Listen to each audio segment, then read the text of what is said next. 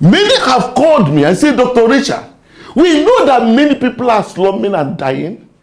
What are the things we can do to be able to save someone? This man you see here could be described as the luckiest man in this country.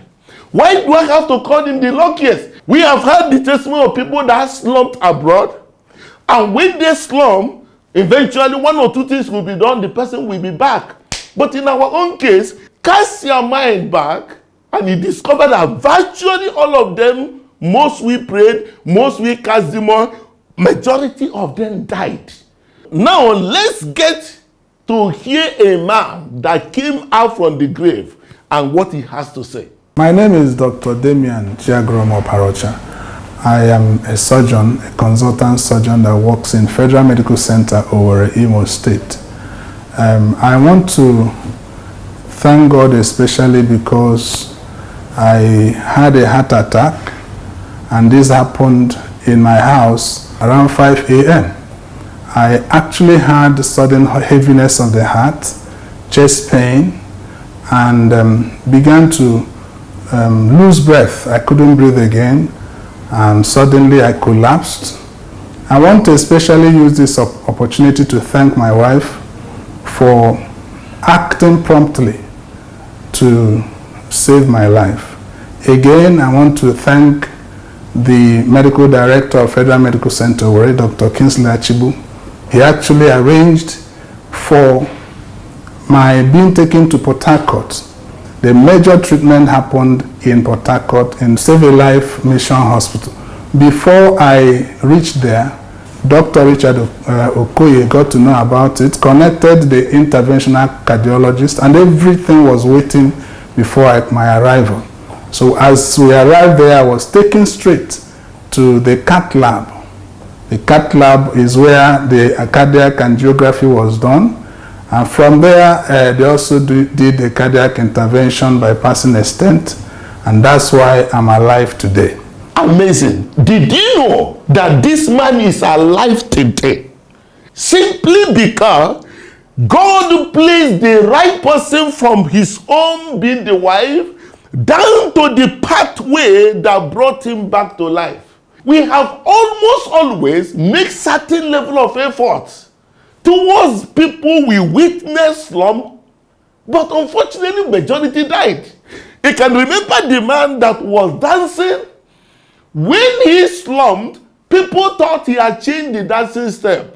You could also recall a lady very active, slumped, and action taken. We also saw our footballer in Nasarawa collapse in the field, and they were there blowing their clothes over. The guy in pass.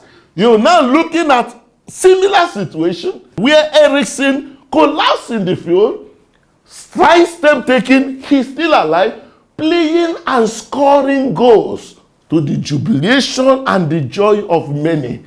All our own in the grave today. And I will tell you something. What's the pathway here?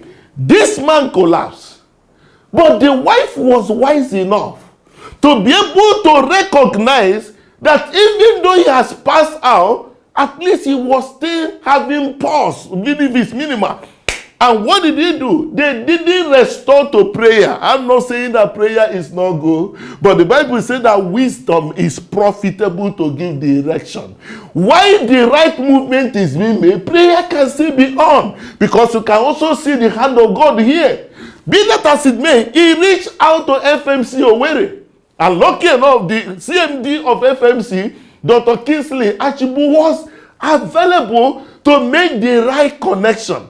When they got the emergency of FNC, the cardiologist confirmed that he had MI, myocardial infarction, heart attack, and needed an urgent intervention that requires a cath lab to be able to open the blood vessel and put a stent, what is called angioplasty. He didn't say, no, let me be giving you drugs. Let me be giving him drugs to see if he will get up. He would have gone. But all in the right mind to save life. Connected the hospital in Port Harcourt, where this cath lab is. As a matter of fact, I will not stop to comment. the CMD of FMC Owerri, because he provided even the hospital ambulance to move into Port Harcourt.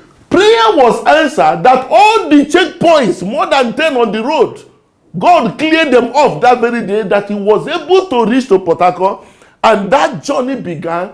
That day became a day of resurrection, as it were. That the man that was dead, in fact, it was in the hospital he got to know.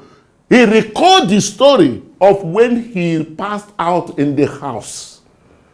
But what is most critical, which I want this to go down your spine, and the reason why you should share this to save somebody by reason of knowledge. Listen, this man shared a very touching testimony, and that testimony is not just about him, but about the future of his children. Listen to this. Because of what God has done for me, I know that God is using it as an opportunity for me to announce to others that they can also live if the necessary things and knowledge are done. Let me tell you that myself that is talking today, if God had not saved me, maybe the whole family would have been in shambles. For I have 5 children and a wife I would have left behind. My wife is a civil servant, and I have 5 children. 2 of them are graduates, and 3 of them are still in the university. In fact, 2 are studying abroad. If I had left them behind, it would have been a disaster. So God has a reason for keeping me, so that people can live to be able to fulfill their destinies and maintain their family and make sure that the society is better today. Goodness me, what would have happened to the children if this man had gone, the wife being a widow, the children will return back from where they are? That tells you, my friend, your health is most important.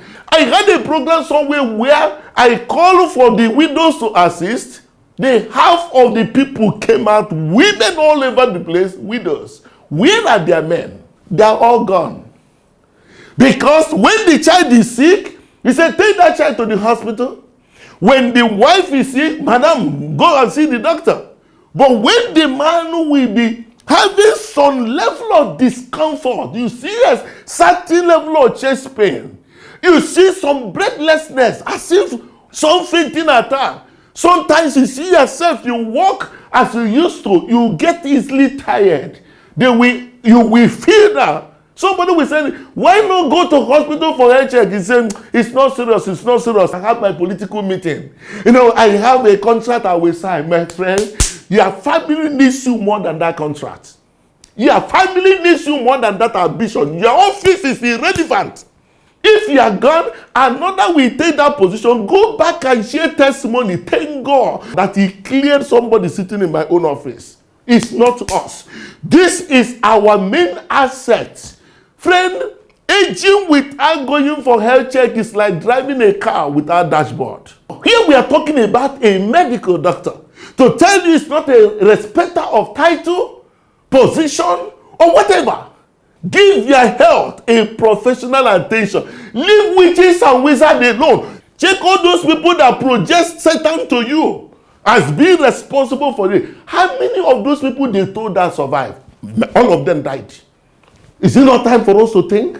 Start from the known before you go to the unknown, to let you know that saving one can be saving all. Apart from his family that is saved by him being alive today, did you know that he has a foundation today called Precious Healthy Life Foundation?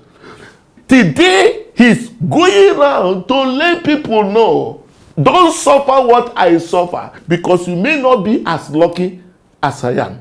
Share this to everyone you know. You know what?